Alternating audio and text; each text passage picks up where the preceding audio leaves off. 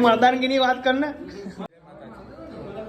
ऐसे नहीं, रुको बताता हूँ आज क्या हुआ क्या किया। आज मॉर्निंग में 2 घंटे का केमिस्ट्री का लेक्चर था।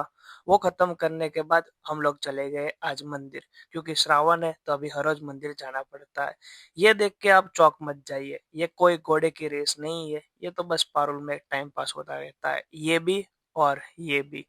वो करने के बाद हमारा फिर से एक लेक्चर था माइक्रो का। वो खत्म करने के बाद हम चले गए पारुल के डीमार्ट। वहां पे खाकरा लिया और थोड़ा टाइम पास करने के बाद आरसीबी फैन के लिए ये कुछ दे के हम चले गए फिर से हमारे लेक्चर में।